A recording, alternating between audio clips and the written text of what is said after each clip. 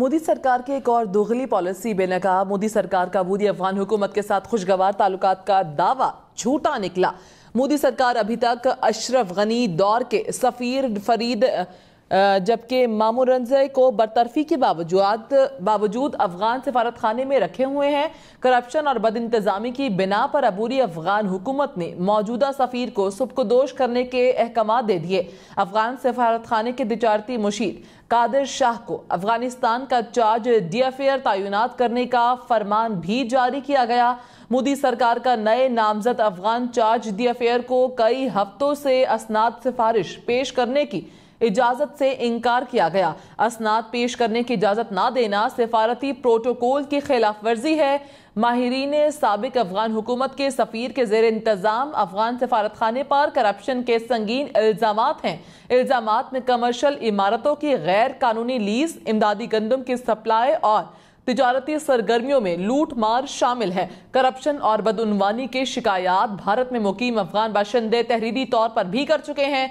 भारत में तालीम हासिल करने वाले अफगान स्टूडेंट्स से वीजे के हुसूल और तौसीम रिश्वत के मुतालिबात जैसे संगीन इल्जामात शामिल हैं। इसी हवाले से बात करेंगे। दिफाई तज्जियाकार प्रोफेसर अहमद सईद साहब हमारे साथ मौजूद हैं। बहुत शुक्रिया हम न्यूज़ को वक्त देने का। अहमद सईद साहब, एक और भारत का चेहरा बेनकाब हुआ है, झूठ का पलंदा उसका एक और खुला है, इस पर क्या कहेंगे आप?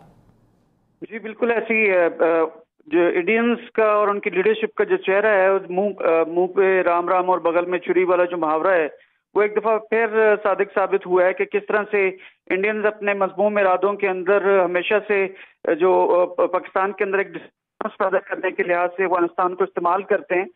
उसका एक मजीद एक इशारा जो है और एक इंसिडेंट जो है सामने भी जाहिर हुआ है। मई 2023 से अब तक इस तरह चीज चल रही है कि इस्लामिक एमिरेट जो तालिबान उसका कमांड कर रहे हैं अफगानिस्तान में, उन्होंने वहाँ पे जो उनके जो तजारती उनके जो मशीर थे उनको वहाँ पे उन्होंने अपना सफीर तैनात किया था। लेकिन चूंकि मोदी सरकार की जो है वो फरीद मुंजई के साथ अच्छे ताल्लुकात हैं और वो उनके तमाम उस एजेंडे के ऊपर काम करते हैं जो वो पाकिस्तान में या अर्सफाइल के अंदर जो उनके मजमूम उनके इरादे हैं या उनके जो मिशन है उसको पूरा करने में मावन साबित होते हैं, तो उनके अभी तक उन्होंने पेपर्स भी नहीं लिए मोदी गवर्नमेंट ने और उसको हीले बहाने करके उनको रिजेक्ट भी कर रहे हैं।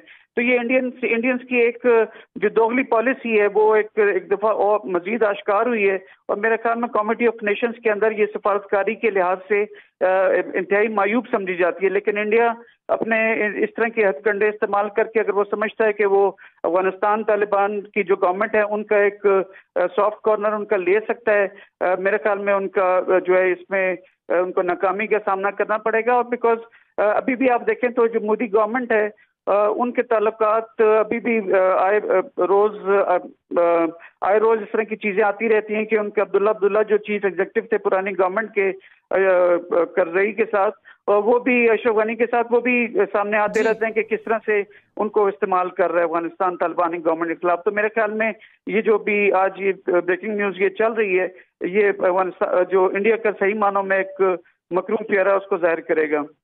ठीक है, मकरूह चेहरा जाहिर करेगा। हमारे साथ दिफाई तज्जियाकार प्रोफेसर अहमद सईद साहब मौजूद थे, शुक्रिया हम न्यूज़ को वक्त देने का।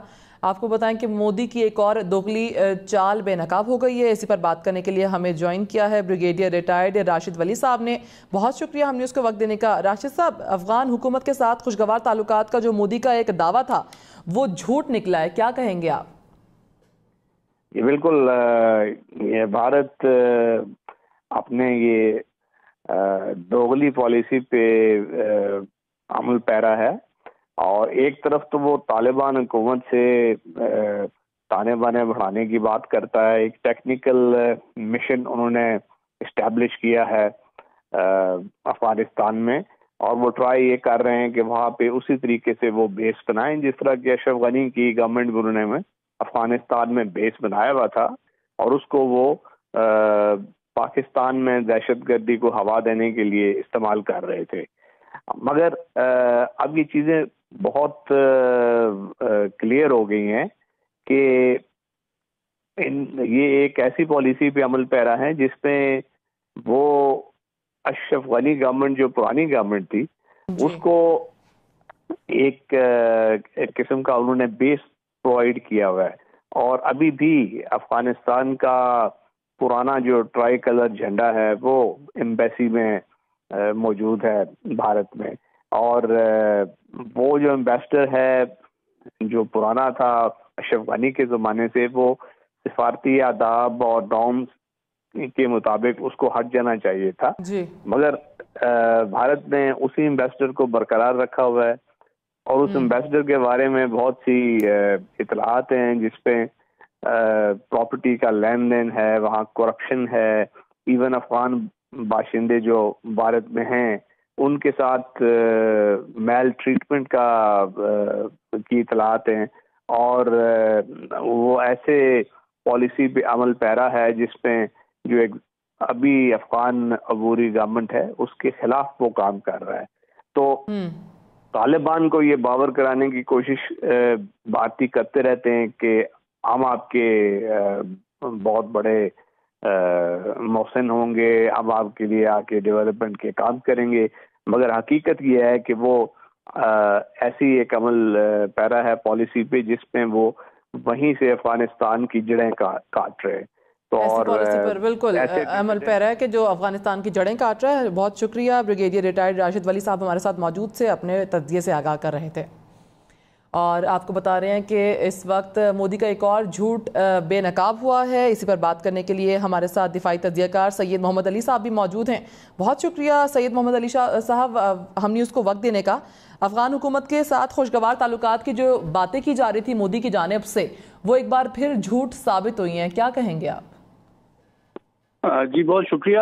جی دیکھیں، اس کے 4 پہلو ہیں اس بات کے. پہلی بات یہ ہے کہ یہ سب سے زیادہ میرے خیال میں غور طلب بات ہے ہمارے افغان بھائیوں کے لیے کہ وہ جو بھارت سے کوئی غلط فہمیاں یا غلط امیدیں وابستہ ان میں سے کچھ لوگ ابھی بھی کیے ہوئے ہیں کہ بھارت افغانستان کی ترقی، خوشحالی اور ڈیولپمنٹ میں کوئی انٹرسٹ رکھتا ہے، تو یہ اس کا سب سے بڑا ثبوت ہے کہ وہ حقیقت میں اپنا اثر و رسوخ تو رکھنا چاہتا ہے لیکن اپنے اینٹی اسٹیٹ اور ڈی اسٹیبلائزنگ ایجنڈے کو آگے بڑھانے کے لیے وہ اپنا اثر و رسوخ رکھنا چاہتا ہے. پہلا پہلو تو جو سب سے اہم ہے وہ افغان عوام کے لیے ہے، یہ جاننا بہت ضروری ہے. دوسرا پہلو یہ ہے کہ آبویسلی یہ سفارتی ایسپیکٹ سے بہت بڑی ایک سفارتی آداب کی خلاف ورزی ہے. یہ بات میں سمجھتا ہوں کہ اس کو بھی بہت امپورٹنس دینے کی ضرورت ہے. تیسرا پہلو یہ ہے کہ جن صاحب کو ابھی تک وہ بضد ہیں پرانی انتظامیہ کے جانب سے سفارت پہ معمول رکھنے کے لیے، وہ خود جیسا کہ بریگیڈیئر صاحب نے بھی کہا کہ بہت سی وہ ملک دشمن سرگرمیوں میں بھی ملوث ہیں، موجودہ انتظامیہ کے لیے بھی وہ مسائل پیدا کرنے کا باعث بن رہے ہیں. اور سب سے امپورٹنٹ بات یہ ہے کہ بھارت کے اندر وہ ان کی انٹیلیجنس ایجنسیز اور افغانستان کے اندر جو اینٹی اسٹیٹ ایلیمنٹس ہیں، ریاستی مخالف ایلیمنٹس ہیں، لائک یونس قانونی ہیں، عبداللہ ہیں، ان کے ساتھ ایک رابطے کار کا اور سہولت کار کا کام کر رہے ہیں، جس کا مقصد یہ ہے کہ وہ بھارتی ایجنڈے کو افغان عوام اور حکومت کے خلاف مفادات کو آگے بڑھانے کے لیے استعمال کریں. اور آخری پہلو جو چوتھا ہے، بھارتی ایجنڈے کو مفادات کے طور پر استعمال کر رہے ہیں. ہمارے ساتھ دفاعی تجزیہ کار سید محمد علی صاحب موجود تھے. بہت شکریہ ہم نیوز کو وقت دینے کا.